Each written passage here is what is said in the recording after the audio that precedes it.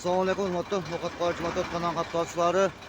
Bugungi 18-noyabr 2024-yil bizda Qayrag'ach aylanının Qartay Abdullatna ko'chaga keldik. Shu yerda asfalt bo'ljatatlar. Kichkina bugun tuta qolsa shu yerdan ma'lumot olamiz. Bizga ko'p vaqt bosib qo'ydi. O'shandan birga bizga demirchi bo'lganlar, kompaniyam bankına tering razılik bilan o'shaning bilan birga Qaymo sport klubidan tering razılik bildiramiz.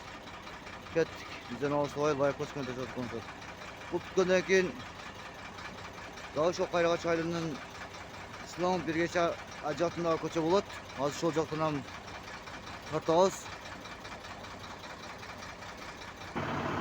Buna geldik. İş başladı. Bismillah.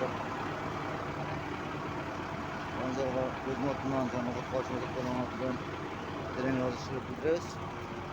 Matlandır.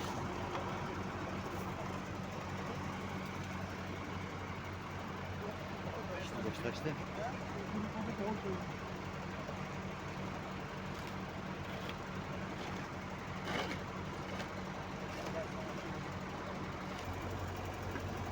Şu koçanın adamlarına komşuları çok şeker.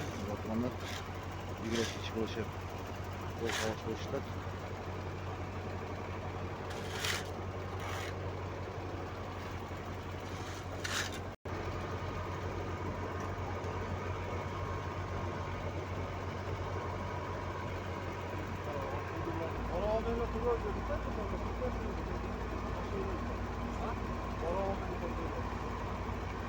Bayağı küçük tepki gerekli. Bayağı koş altına.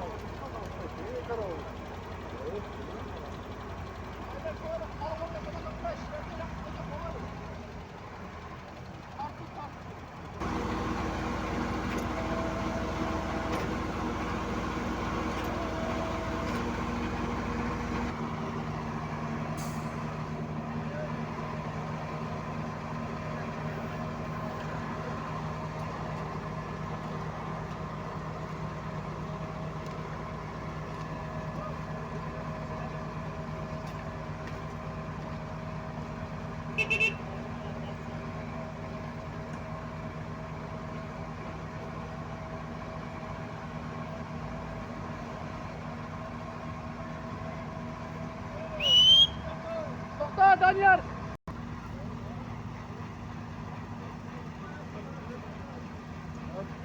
Aybeke kalmaz.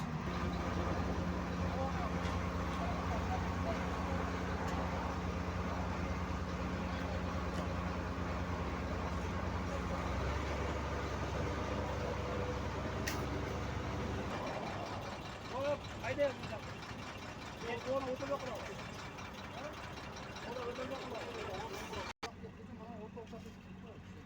To'g'ri shu yerni qo'rqochmat kanalı. Demak, qo'shat tinchliklar omon bo'lingizlar. Ko'rishgacha. Daha ko'rishamiz. Sizlarga vaqt bosib qo'ydi.